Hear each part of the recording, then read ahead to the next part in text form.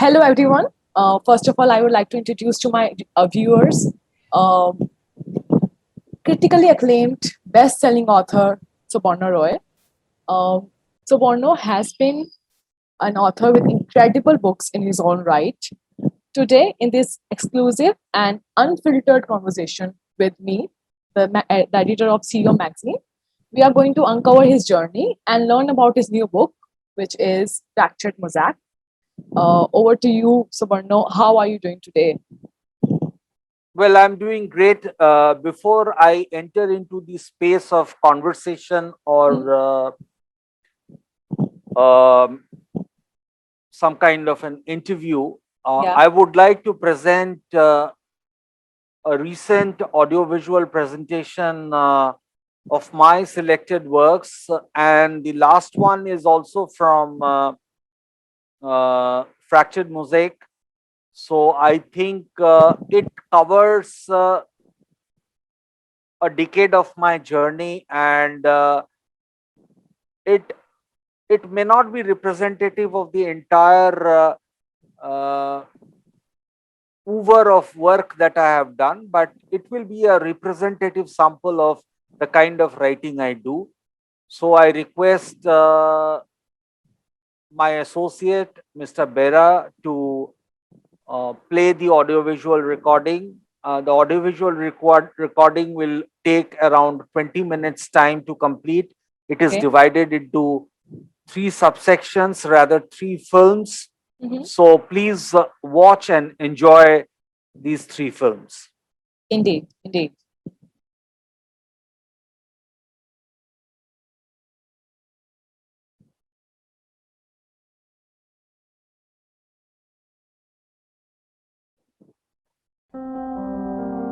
Was I left inside an airless chamber, a vacuum in my intermittent dreams? The chamber was made of glass panels, suffocating and chilling. Outside, I could see flakes of snow floating in midair.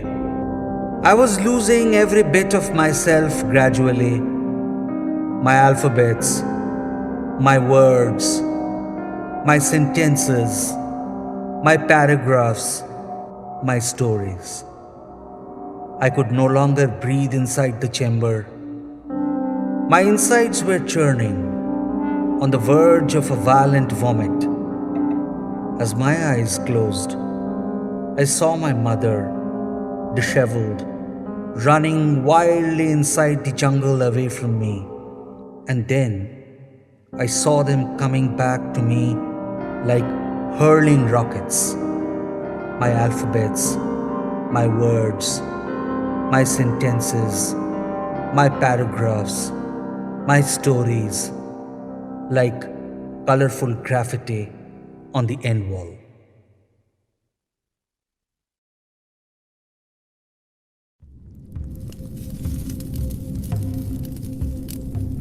Will I rise up from the ashes?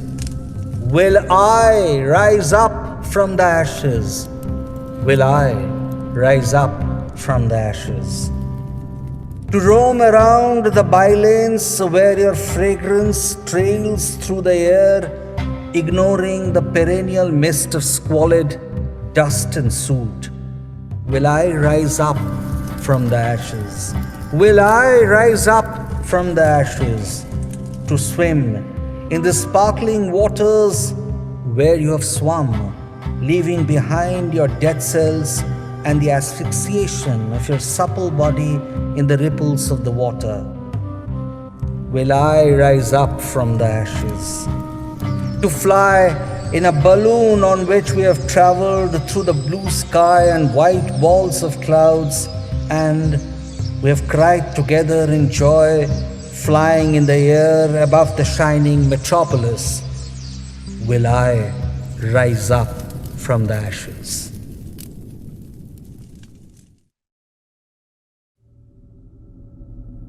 Well, the saucer fell from my hands into a sunless well.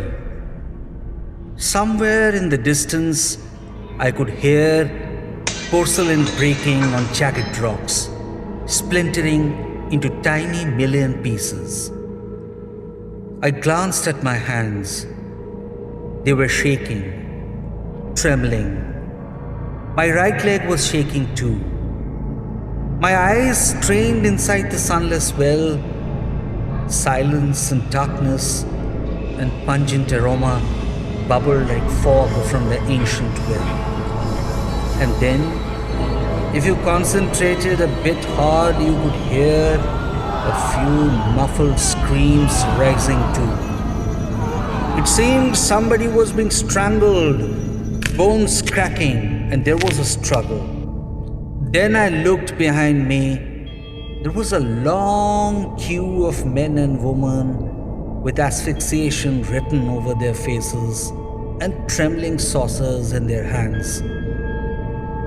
A moonlight man with a beam of a cane in his hand pointed towards me and announced, "You are next."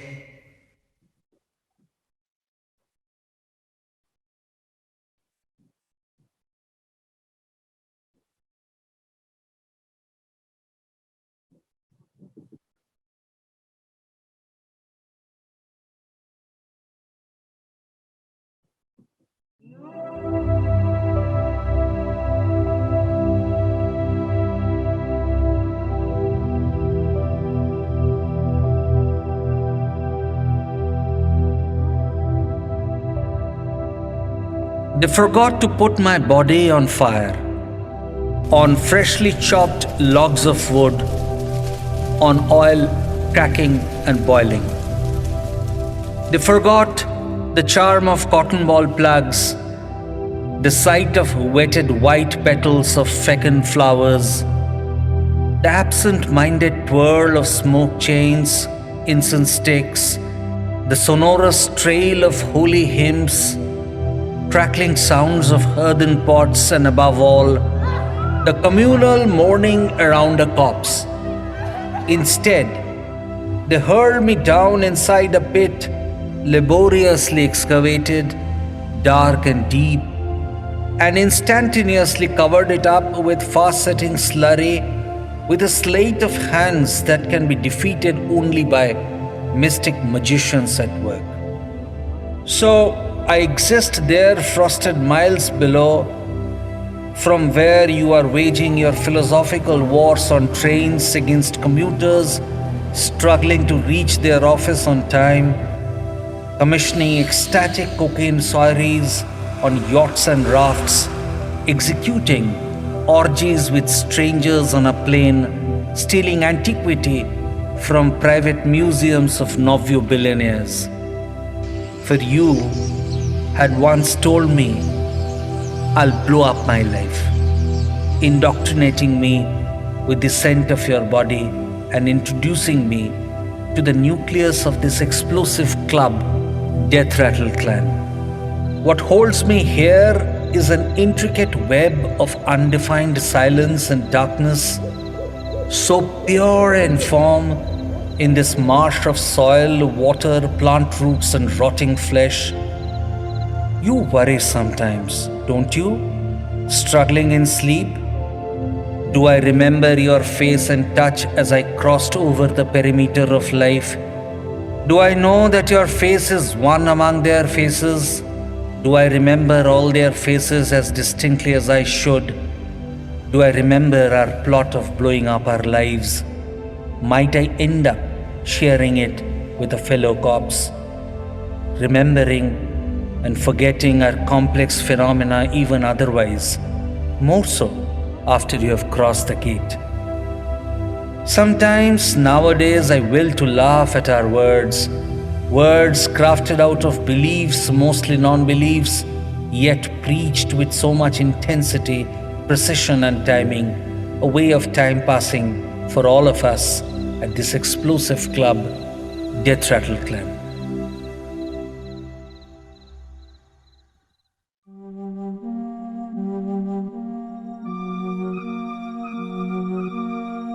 Obitra Babu recounted this experience of his to me in his wood-paneled study on the New Year Eve of 2017.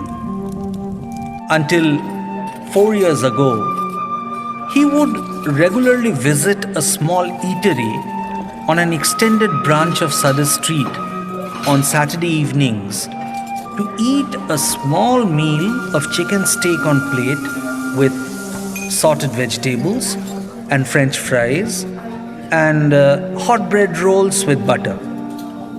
He would park his BMW in the parking area along the MLA hostel because he wanted to take a little walk, chat with Parashuram, a street beggar whom he happened to meet by chance one rainy evening when he was, instead of finding a shelter, persistently begging for some change from Pavitra Babu. His doggedness attracted Pavitra Babu because he appreciated doggedness in every profession.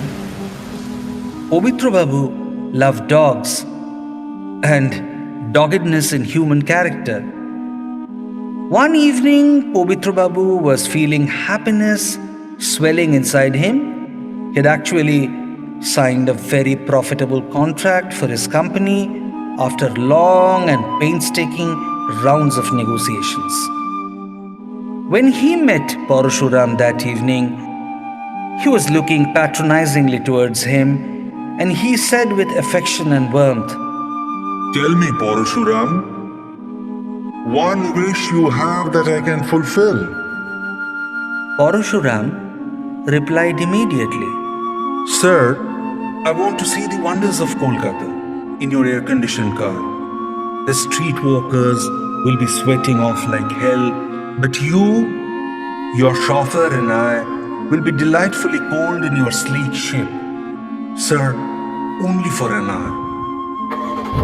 So Pavitra Babu, having had his steak, took him around for 2 hours and not 1 hour as was requested by Parashuram, setting the car temperature at 18 degrees Celsius on a very hot and sultry monsoon late evening, watching the delights of National Museum, Victoria Memorial, Racecourse, National Library, Second Hooghly Bridge and Khidarpur Dockyard, well, all from the outside, sitting within the chilled confines of Pavitra Babu's BMW.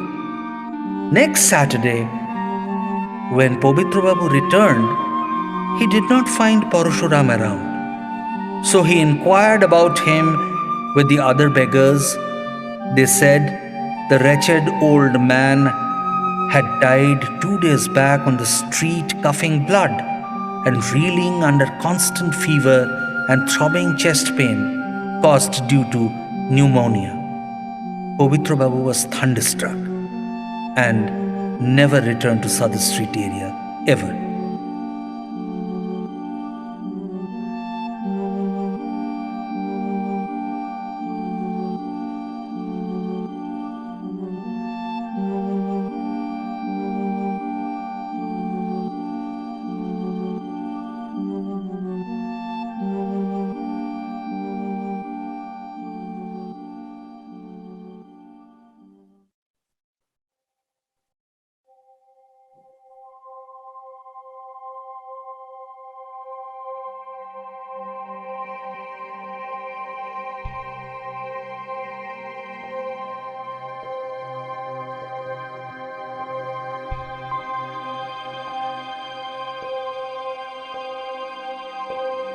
The dream returned to kingship. Sitting at the pinnacle of his technology empire at the 23rd annual general meeting, looking at the ocean of his empire's expectant stakeholders' eyes, tastings at a behemoth banquet, well done, of a super deluxe resort, the dream returned to kingship. The night Ma abandoned him and Baba, she crooned in his ears. He was fast asleep. The words penetrated his semi-conscious, remained embedded there in labyrinthine layers. What if the planet is no longer an oblong spheroid, but a plateau, so that you can reach the edge of the planet and jump into dark space? King, it is not important to know what others state as facts, but to know them for yourself. Be unbound and unfettered in life as the medieval explorers, merchants and pirates. The dream returned to King Shuk. As he went to the podium, he announced an annual dividend of 75% in these times of legendary economic disaster. His shareholders rejoiced and clapped boisterously, and chants of "Data mining is the future of all money-making" filled the air. Corporations are making money out of snooping on people's lives and pushing them towards choices like never before. Meanwhile, King Shuk took small sips of his cognac and smiled a wry smile, remembering Ma and the dream.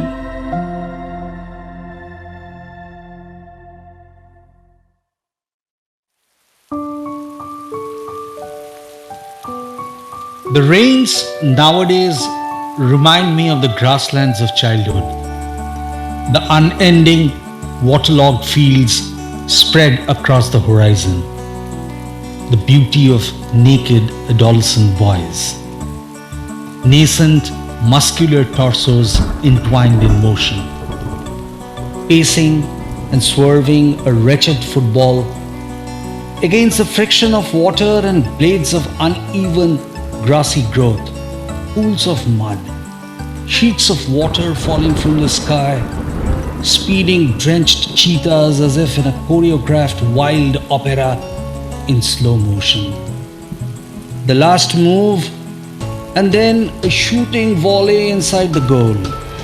Hands thrown up in joy, applause rocking and roaring as a bolt of massive thunder divides the universe into two teams, one that wins and the other that does not. The drenched cheetahs run again for another goal. Images ravaged by time float through my mind like ancient cinema. Aging is reaching tranquility.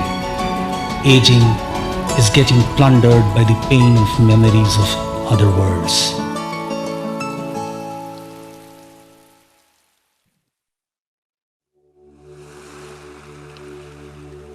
I had a strange dream last night.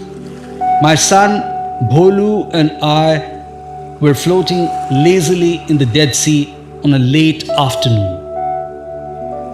The night sky gradually shrouded us.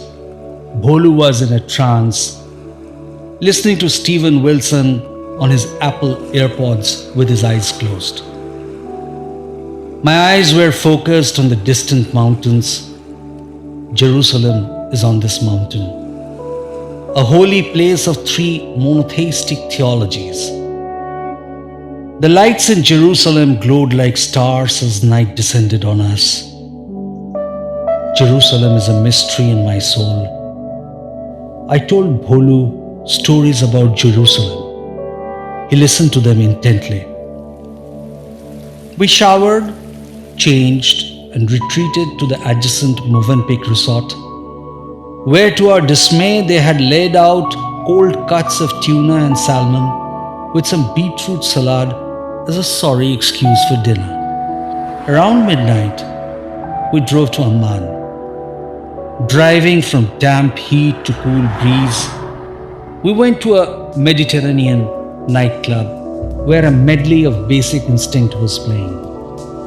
Young and attractive girls and boys of all nationalities were dancing.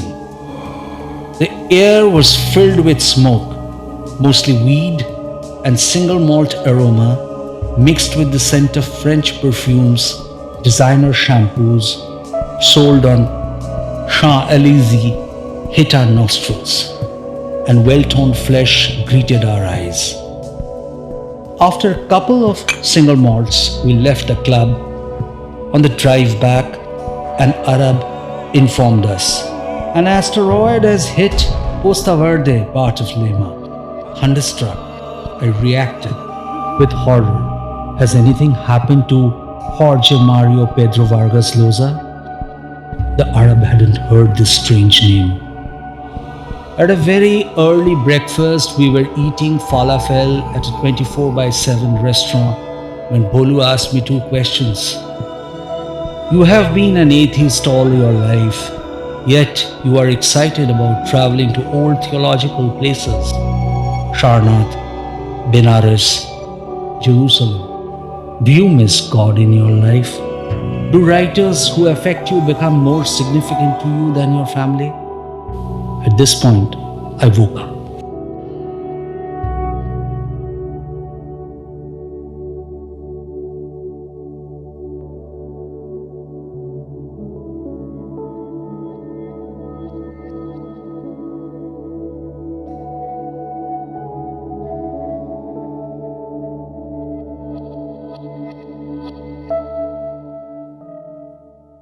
Sabarna, wow has to be a word that I'm feeling right now.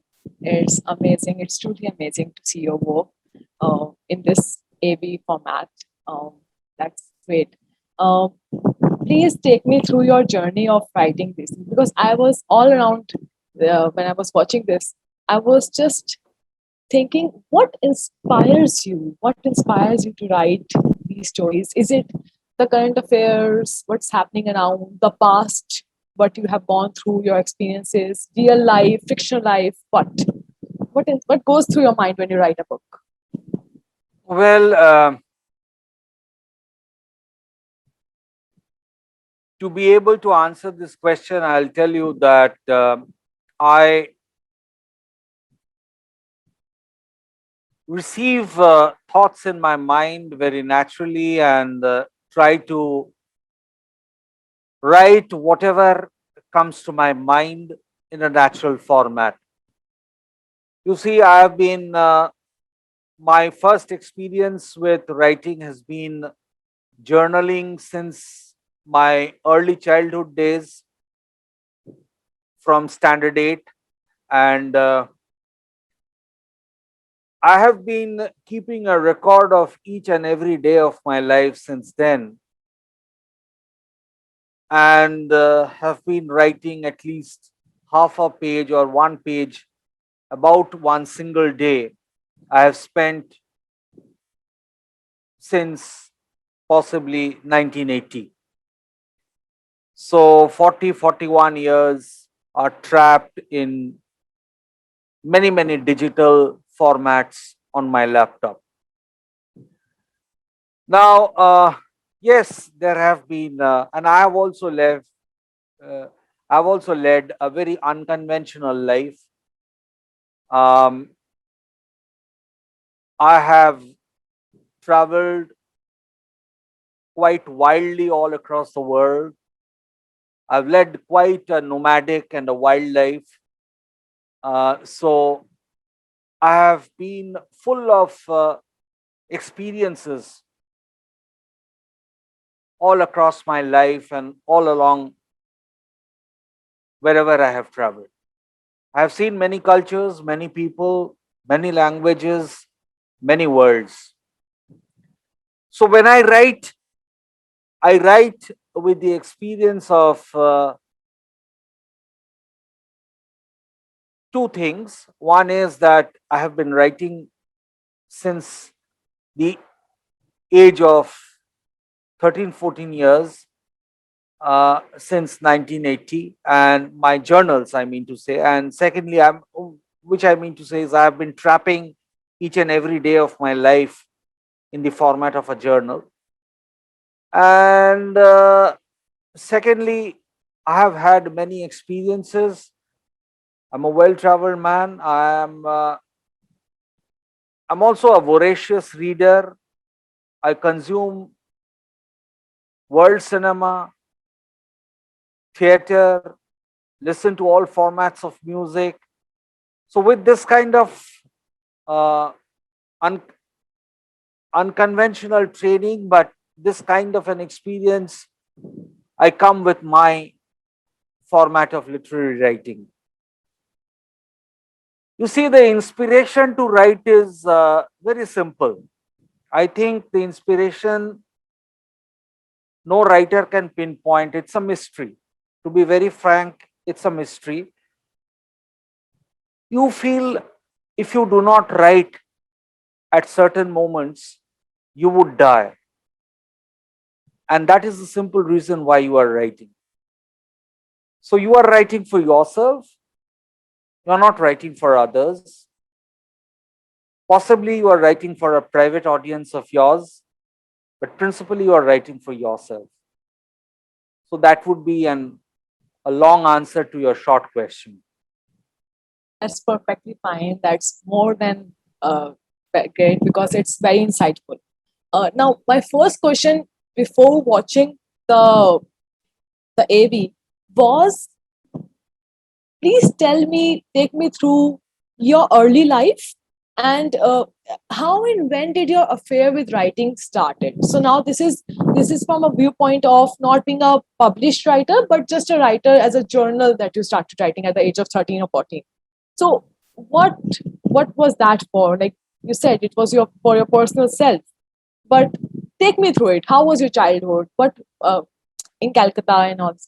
You see, Calcutta. my childhood was not in Calcutta because my father had a transferable job, and I studied in Sacred Heart Convent School, Ludhiana in Punjab, uh, between 1974 and 1980, and 1982, and passed out my CBSE examination from Sacred Heart Convent School. So 8 years, my formative years were spent in Ludhiana, Punjab. I don't know whether you are a Punjabi, but I am. you would know where and how Ludhiana is. That's why there So is a smile on my face. okay, Yeah, yeah, so yeah. so I was brought up in Ludhiana, and then after Sacred Heart Convent School, my father was transferred back to Kolkata in 1982, and in 1982 to 1984, from 1982 to 1984, I completed my uh, Standard 12 from Narendrapur Ramakrishna Mission, which is one of the most reputed institutions in Kolkata. And thereafter, I joined my engineering in Jadavpur University. I became a qualified and a trained civil engineer in 1988 and joined the corporate world. If you ask me what my published book was, what was my first published book, it was a book of uh, a few English poems titled Pain, which was published in 1986 with a gift of rupees 200 from my mother. 250 copies were published, and all the 250 copies were sold in a single day in Jadavpur University, Presidency College, and St. Xavier's. And this book, although it was a very slim book, because of the intensity of the poems that it had or contained, it it created some kind of a flutter in the university campuses in those times. Some of the poems were also translated into Bengali and became very popular, because you must understand that in 1986, a person writing in English was not easily accepted or understood by the community in which he was living. And the poems also contained difficult words, because at a very young age, you feel if you compile a poem in with very difficult words, the poem will be very beautiful and good. But it takes time for you to understand that the best of the literature is written in the most lucid language, most understandable language, and the most comprehensible language. So for me also, I had to learn. Uh, I had my own learning and training cycle, and after I joined the corporate world, I wrote on and off. But I must tell you that my relationship with the literary world never stopped. As I told you, I have been a voracious reader. I'm still a voracious reader, and I am a consumer of world cinema, international TV series. Now, in the COVID times, of course, you do not get exposed to theater, but otherwise, I would attend most of the theater festivals in my city. I would fly down to Delhi. I would fly down to Mumbai. I would fly down to Chennai to uh, see and watch best of the theaters playing in those cities. I listen to lot of rock and jazz and blues, and I listen to Western classical. I listen to Eastern classical. So, in certain ways, I would say that my cultural training has been quite solid. And I was an oral storyteller between 2002 and 2005. And in 2006, a friend of mine advised me not to go on telling stories, but to write them. In 2007, June, I decided to become an author apart from being a senior engineering professional. But my first book was published in 2010 because it took me around three and a half years to find a proper publisher.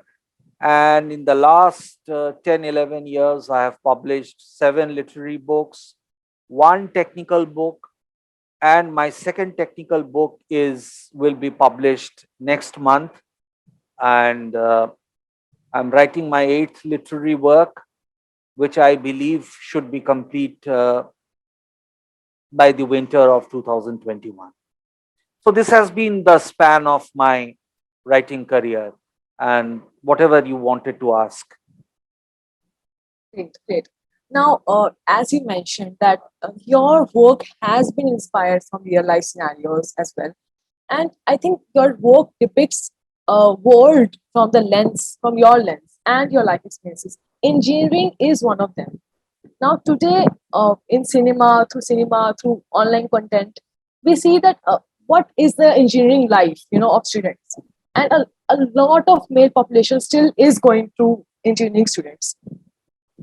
As as men, it's stereotyped throughout their life. I think it's somewhere that they cannot express themselves, so they find this creative sides of them to express. What are your views on this entire scenario? Is that what happened with you, because you published your first book of poems when you were young, right, in that stage only? So what has been your journey? What is your point of view on this stereotypes and using art as a way to express yourself?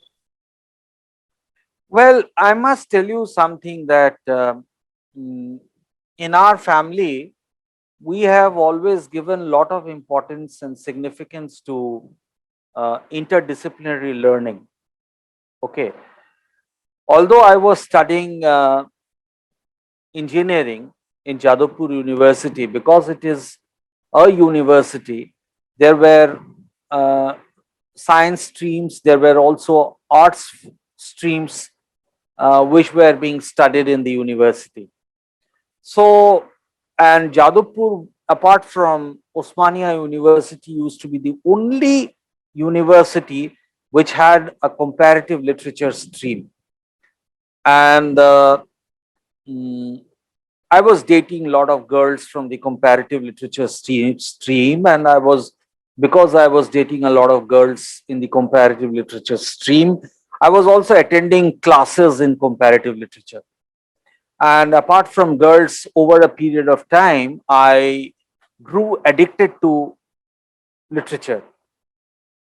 I studied a lot of things, Greek tragedies in comparative literature, the stream of consciousness style of writing, then the Latin American literature, the Spanish literature.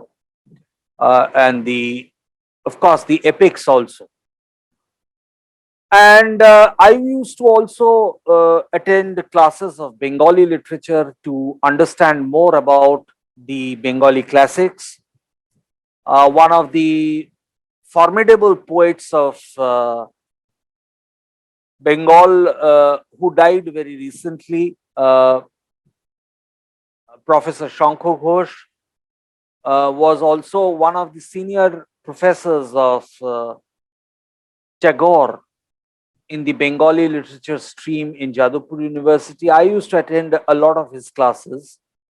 So what I am trying to say, I have also attended geology classes. I have also attended statistics classes. So I had an interdisciplinary, what I should say, urge to know a lot of things in life. Maybe my curiosity in my life took me to various ways, various kinds of learning and new things, which actually inspired me to also write and add content, interesting content to my writings. Great.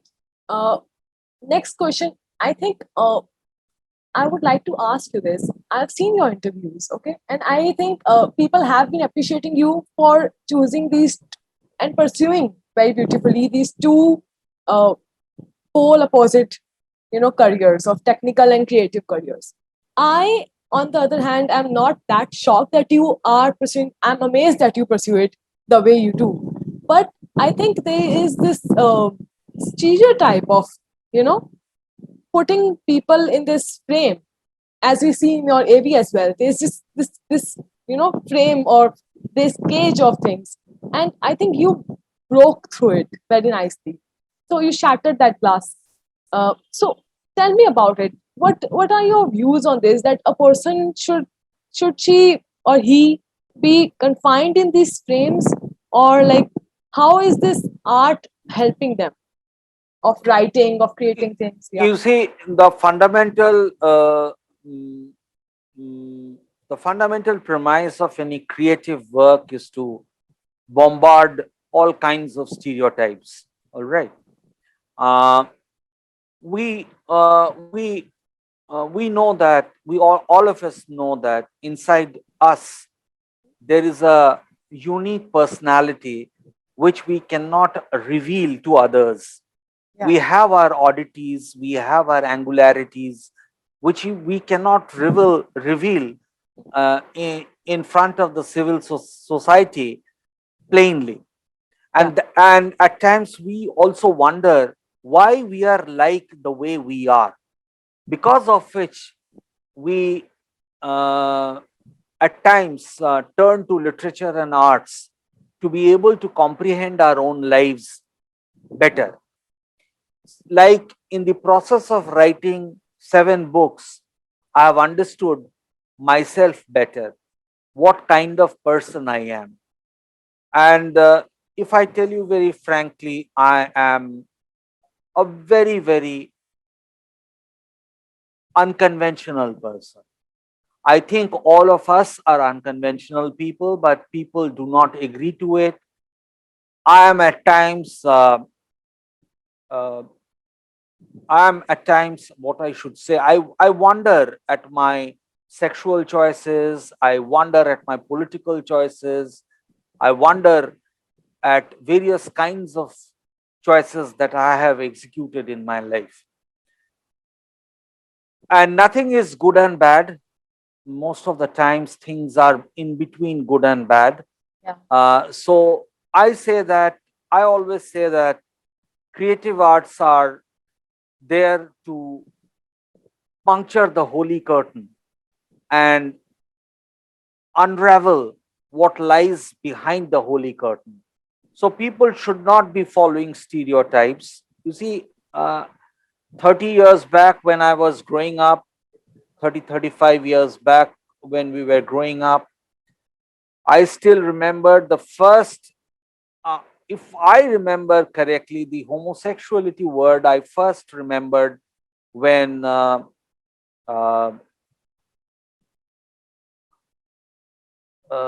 the first AIDS death was reported in America, and that is the time when I first came across homosexuality. It took me a lot of time to understand homosexuality. It took me a lot of time to understand same-sex relationships. It definitely has taken a lot of time for me to understand LGBTQ plus kind of relationships. So what I'm trying to say is that, this is one stereotype that has broken in my generation. I have seen in terms of sexual choice in my generation in the last 30-35 years. This stereotype has broken, but of course the stigma and the stereotype still remains in certain quarters and societies, but I think overall there has been a change. The technological world has changed radically. In the mid 80s, the what we call internet started as intranet, with the which was adopted first by the US military in 1986. Thereafter, after 2 years, it became internet, and slowly, you can't live without internet now. Especially the COVID times has increased the use of internet multiple times. So people who were against technology had to adopt the technology. People who were against various kinds of um, uh, I would say the minority sexual choices, uh, they have been they had to confront these kind of minority sexual choices in their life, uh, maybe directly at times, maybe indirectly at times. Today we are also talking about open marriages, open relationships, polyamory. So a lot of things are happening, you see. I mean, as the world will grow more and more digital, you will find that uh, issues of fidelity, issues of monogamous relationships will be at stake. I think in the years to come, digital revolution will put a question mark to monogamous relationships and bring in polyamory into various kinds of relationships, and there will be more and more open marriages. And the third point which I want to say is that in my generation, we have seen a shift from um, long winters, extreme summers, a combination of extreme summers and extreme winters. Like I still remember when I was in Ludhiana between 1974 and 1982, Ludhiana used to witness very extremes of climates. But today, Ludhiana, including Delhi, does not witness very long winters. This has happened because of the climate change. Even a place like Calcutta is witnessing various kinds of cyclones, super cyclones. Maybe some years later, we will have tornadoes and whatnot. So we have destroyed the climate, the ecology, and the environment in the last 250 years, which man could not do in the preceding 5 million years. We have done it in the 250 years of our industrial age.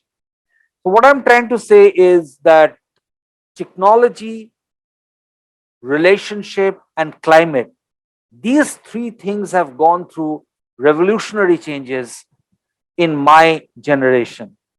So I think these three things will put you off beyond stereotypes if you think, and you have to take very hard decisions about your life uh, as uh, as we go in the near future. Great. So take me through your process of writing a book. How long does it take to write a book? It takes Yes. it sometimes it takes 2 years, sometimes it takes 6 years, sometimes it takes 3 months. So all books have their own writing schedule. Uh, my sixth book, Etchings of the First Quarter of 2020, I wrote in 3 months, whereas Random Subterranean Mosaic 2012-2018 was written in 6 years. So this is the two extremes that I have covered. My first four books were written in 3-4 years time. All together, I was writing them concurrently. But my eighth book, I think, will take some more time because of various other pressures that I have and various other commitments that I have on my hand. As I mentioned at the start of the interview, the word unfiltered, and you continue to, speak about this. You were not. You were speaking about this holy curtain. So, what is the value of this word in your writing, the unfiltered? As we see in Fractured Mosaic as well, that it profiles some of the letters of yours to your family and along among various other writings, various other stories. So please enlighten our viewers about this. Well, I'll tell you something that I do not shy away from making my personal life public uh, while I write my books. Because for the simple reason that I want to put myself to scrutiny in front of my readers and judge them for themselves what I am worth. Uh, yes, Random Subterranean Mosaic has a lot of personal talk about my family. Uh, Even Fractured Mosaic, which is a sequel to Random Subterranean Mosaic, has lot of um material uh, pertaining to my family. And I think there have been Fractured Mosaic has been one of the most radical books that I have written till date. And as far as politics and sex goes, although my second book, Frosted Glass, has very explicit sexual content, for which I have been panned by a few critics also. What I'm trying to say is that, I have been very open with my life. I do not do any moralizing, and I do not believe in any kind of moralizing, because all of us are the way that we are.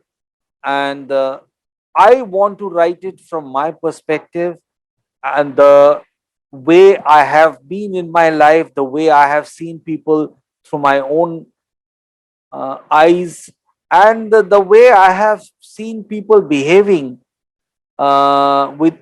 without the glare of others. They feel that it was darkness, they were behaving in darkness, but my eyes were there somewhere to watch them and catch them. And while I have not told them anything, I have thought them down in my journals and in my books. Tell me more about this seventh work of yours, literary work of yours, Fractured Mosaic. Well, Fractured Mosaic is basically a kind of a kaleidoscopic book of various genres and formats. And it has been taken, a lot of political stuff is there, some movie reviews are there, some book reviews are there. There are some short stories also, there are a few poems as well. There is an interview of mine with Forbes India, and there are two workshops that I had conducted uh, with Engage India and JIS group of institutions. Uh, all these are there, you know. And so you get a slice of the kind of a man that I am. And the topics have been selected in a manner that topics have been structured, the layout has been structured in a manner that it looks random, haphazard. But if you read the book from start till end, after you have read the book, you will feel that there is a mysterious pattern to the book. It is like the way your mind works. Uh, like this moment you are thinking X, the next moment you are thinking Y, and the next moment you are thinking Z. So, what is the connect between all the things? All the three things, X, Y, and Z, all the three things connect is Purnima's mind. So, this is what I'm trying to portray in this book. Great, great. In this stage of your life, if I were to ask, what is success? You have been recognized with various awards, you have reached various milestones. What is success, and whom would you like to credit this success to? Well, first of all, I would reply this very plainly and simply because I don't think I have reached success because I don't like my own books. For the simple reason, the day I will start loving my own books, a book that I have written about which I am proud of, I'm not proud of any of my books, very frankly speaking.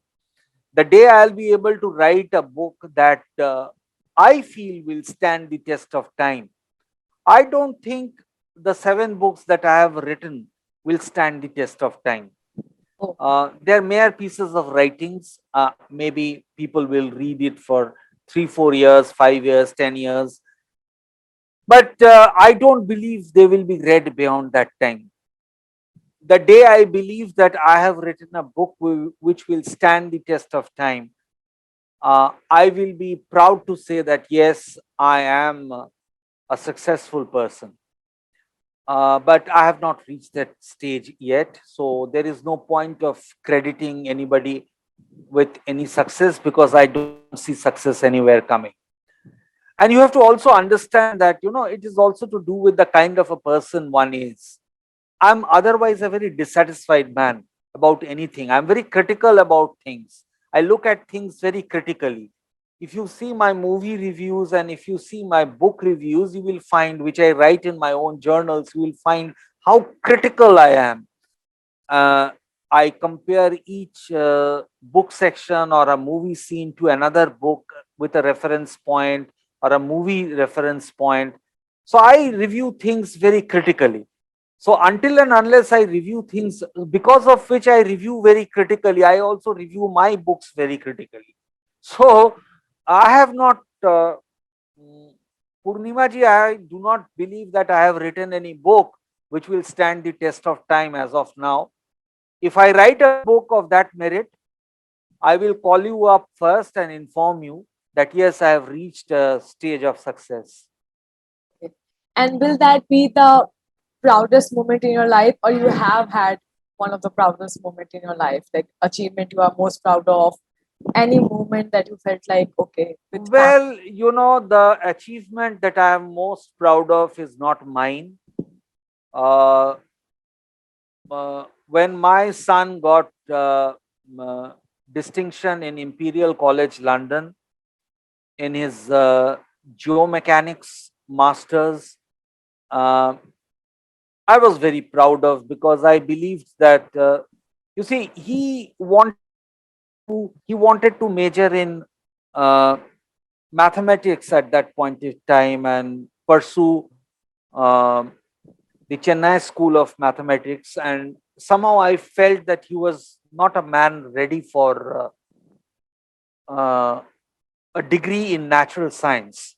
I said that engineering would be good for you, and because I am a trained civil engineer myself, and I believe that civil engineering is the mother of all engineering, which is factually correct also. Uh, so I thought that he would do good with civil engineering, and if he pursued geomechanics later on, of course, at that point in time, studying in Imperial College of London was only a dream, because the first 10 year Imperial College London falls among the 10 top universities in the world. So I did not think at that time that he would be able to get a seat in Imperial College London. But later, of course, he did get a seat in Imperial College of London, and mm, he got a distinction. He got, even for his final dissertation and thesis, he got an Atkins Award. Yes, I was proud of that, and I believe that I have done a good job in sending my son to something which he loves. Today, he is working as a geomechanical engineer in one of the topmost startup firms in London, and he is very happy pursuing his work. And I believe that I have done a good job as a father to be able to train him up in the and push him in the right direction. So if you ask me what I am proud of, I am proud of this. I think any parent would be answering this question with a classic child example. And I think that's what you did here as well. While you were speaking of engineering, I think I've heard this dialogue in a Western series, which said that a layman can walk around and see, okay, this building is great, this is great, this is great. But an engineer could think that how can I make it greater? And that's how engineering mind works. And so engineering has what kind of impact, what kind of value does engineering hold in your life? And when you write, how do you simultaneously manage both? Well, I will answer this question in two parts. One is very simple, that you see, the top wonders of the world are all civil engineering and architectural wonders, all right? Whether you call it the Hanging Gardens of Babylon, or the Leaning Tower of Pisa, or the Great Wall of China, or Taj Mahal, all these are civil engineering and architectural marvels. In fact, Mr. Bera is also a civil engineer from one of the topmost colleges from Calcutta. And let me tell you that, so of course, this does impact you. If you have money, you would like to visit Taj Mahal, you would like to visit the Hanging Gardens of Babylon, you would like to go to Italy and watch the Leaning Tower of Pisa, if you want to go to China and see the Great Wall of China. This is one. So these are all civil engineering and architectural marvels. Second part is, civil engineering deals with the variables of nature, the indeterminate variables of nature: wind, earthquake, water, and soil. All right. So it gives you, it's a very, you see, civil engineering is very deeply poetic at one level. It's not about only cement and reinforcement and concrete, and which looks from the outside. It's actually doing a lot of uh, analysis and scientific stuff about the indeterminateness of nature. So that gives you a poetic feeling, so that gives you a poetic feeling. So this is the kind of impact engineering has on me. So I think a civil engineer always has a chance of becoming a brilliant poet, a brilliant writer. And let me tell you one example. Orhan Pamuk, the Nobel Prize winning author from Istanbul, although he did not complete his degree, he completed 2 years of his architectural training from the Istanbul Technical School. Okay, so he understood the Ottoman Empire architecture, about which he writes in his books, very well, because of his training in architecture, and also it took him to understanding miniature paintings. So what I'm trying to tell you is that, uh, as an from civil engineering, you can reach various parts of knowledge.